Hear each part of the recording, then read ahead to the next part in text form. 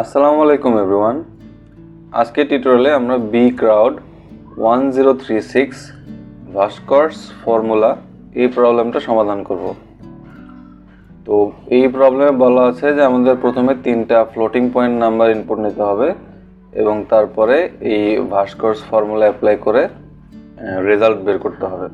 এবং যদি এই রেজাল্ট বের করা পসিবল হয় তাহলে রেজাল্ট প্রিন্ট করতে হবে এভাবে R1 এবং R2। আর যদি পসিবল না হয় তাহলে এই যে এরকম মেসেজ প্রিন্ট করে দিতে হবে, ইম্পসিবল ক্যালকুলার। এখন ভাস্কর্স ফর্মুলাটা কি এটা যদি আমরা একটু দেখতে চাই, আপনি যদি গুগলে গিয়ে এটা পেস্ট করেন তাহলে যে ভাস্কর্স ফর্মুলাটা দেখতে পাবেন। ফর্মুলাটা হচ্ছে এরকম, x equal -b plus minus root over b square minus 4ac divided by 2a। এটা হচ্ছে ভাস্কর্স ফর্মুলা। আর রেজাল্ট আমাদের ওইখানে দুই রকম রেজাল্ট আছে, একটা হচ্ছে R1 এবং R2।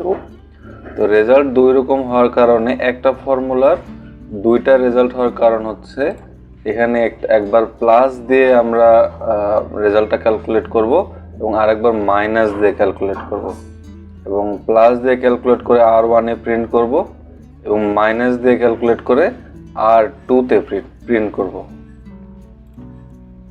এরকম। আর আরেকটা জিনিস যেটা বলা হয়েছে যে যদি ক্যালকুলেশন করা পসিবল হয় তাহলে তো আমরা ক্যালকুলেশন করে প্রিন্ট করে দিব, আর যদি ক্যালকুলেশন করা পসিবল না হয় তখন এই একটা মেসেজ প্রিন্ট করতে হবে। তো কখন ক্যালকুলেশন করা পসিবল হবে না, তো এখানে আমাদের দুইটা ক্রাইটেরিয়া ফলো করতে হবে। প্রথম যেটা হচ্ছে আমাদের এই b স্কোয়ার মাইনাস 4ac এইটার ভ্যালু চেক করতে হবে যে এটার ভ্যালু নেগেটিভ আসে কিনা। তো স্কোয়ার রুট নেগেটিভের উপরে অ্যাপ্লাই করা যাবে না, তো আমাদের প্রথমে এইটা চেক করতে হবে যে b স্কোয়ার মাইনাস 4ac এইটার ভ্যালু নেগেটিভ আসে কিনা।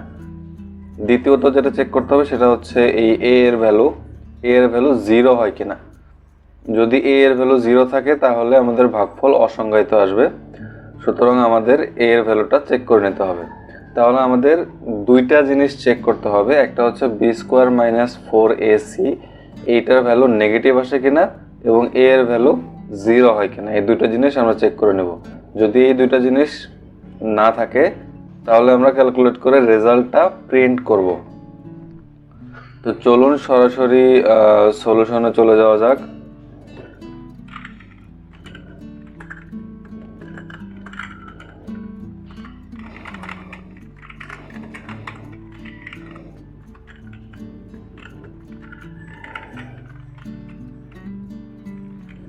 আমরা যেহেতু স্কোয়ার রুট মেথডটা ইউজ করব, এটার জন্য আমাদের এই math.h হেডার ফাইলটা দরকার।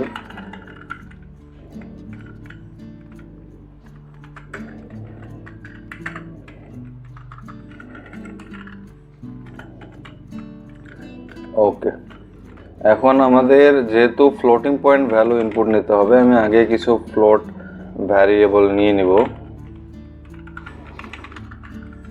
আর পরবর্তীতে আরও ক্যালকুলেশন করার জন্য আরও তিনটা নিয়ে নিব। আমরা চাইলে একই লাইনে নিতে পারতাম, কিন্তু আমরা আলাদা আলাদা করে নেব।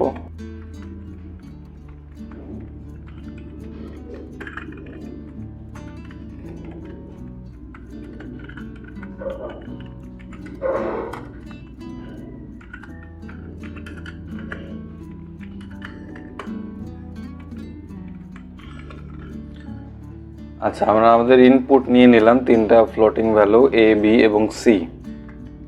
এরপর আমরা যেটা করব যে x এর মধ্যে প্রথমে এই যে এইটুকুটা ক্যালকুলেশন প্রথমে করে নেব, করে নিয়ে চেক করব যে এটার ভ্যালু নেগেটিভ আসে কিনা। x এর ভিতরে এটা ক্যালকুলেট করে নেব, b square minus 4 into a into c। আচ্ছা, এর মধ্যে x এর ভিতরে আমরা b স্কোয়ার মাইনাস 4ac এর ভ্যালু পেয়ে গেলাম। এখন আমরা যেটা চেক করব যে x নেগেটিভ কিনা। যদি নেগেটিভ হয় তাহলে আমরা যেটা করব আমাদের সেই নির্দিষ্ট মেসেজটা আমরা এখানে প্রিন্ট করে দেব। আমি এখান থেকে কপি করে নিয়ে আসবো। ওকে, এরপরে যেটা আমাদের চেক করতে হবে যে a এর ভ্যালু 0 কিনা। যদি 0 হয় তাহলে আমরা আবার এই আগের মতো একই মেসেজ প্রিন্ট করব। আর যদি উপরের দুইটা সত্যি না হয় তাহলে আমরা সরাসরি ক্যালকুলেশনে চলে যাব। তো আমাদের ফর্মুলাটা আমি আবার দেখে নিই যাতে বুঝতে সুবিধা হয়। Minus B plus minus square root B square minus 4ac divided by 2a। তো আমরা প্লাস ইউজ করে একবার এই ফর্মুলাটা অ্যাপ্লাই করব এবং মাইনাস ইউজ করে আরেকবার অ্যাপ্লাই করব। তো y equal minus B plus square root x পুরাটা divided by a plus a। তাহলে আমরা 2a পেয়ে যাচ্ছি। তো আমি এটাকে ডুপ্লিকেট করব কন্ট্রোল ডি চেপে। এখানে z এর ভিতরে আমরা শুধু এখানে মাইনাস করে দিব, তাহলে আমাদের কাজটা হয়ে যাবে। তো এখন যেটা করতে হবে, এই y এবং z এর মধ্যে আমরা আমাদের কাঙ্ক্ষিত রেজাল্ট পেয়ে গিয়েছি। r1 এবং r2 যে ভ্যালু দুইটা আমাদের প্রিন্ট করতে হবে, r1 এবং r2 এটা আমরা পেয়ে গেছি। এখন আমরা শুধু প্রিন্ট করে দেব। এখানে হবে হচ্ছে r1 পার্সেন্টেজ। আচ্ছা, এখানে একটা জিনিস লক্ষ্য করলে বুঝতে পারবেন যে আমাদের দশমিকের পর 5 ঘর পর্যন্ত প্রিন্ট করতে বলা হয়েছে, যে 5 digits after the decimal point. তো এখানে আমি 0.5f ইউজ করব, \n y, এবং আমি আবার কন্ট্রোল ডি দিয়ে কপি করে নিব। এখানে শুধু দিয়ে দেব r2, এখানে হবে z। ঠিক আছে, এই ছিল আমাদের সলিউশন। আমরা এবার রান করে মিলিয়ে দেখব যে ঠিকঠাক আছে কিনা।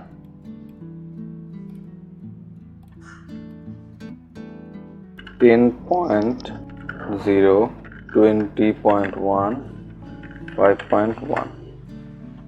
তো দেখতে পাচ্ছেন আমাদের রেজাল্টটা ঠিক আছে, তার মানে আমাদের সলিউশন ঠিক আছে।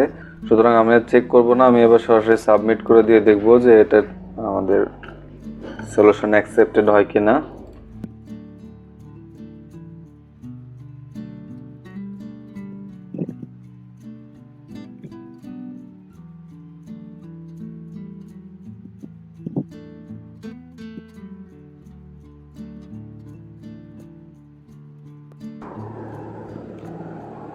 তো আপনারা দেখতে পাচ্ছেন যে আমাদের সলিউশনটা অ্যাকসেপ্টেড হয়ে গিয়েছে।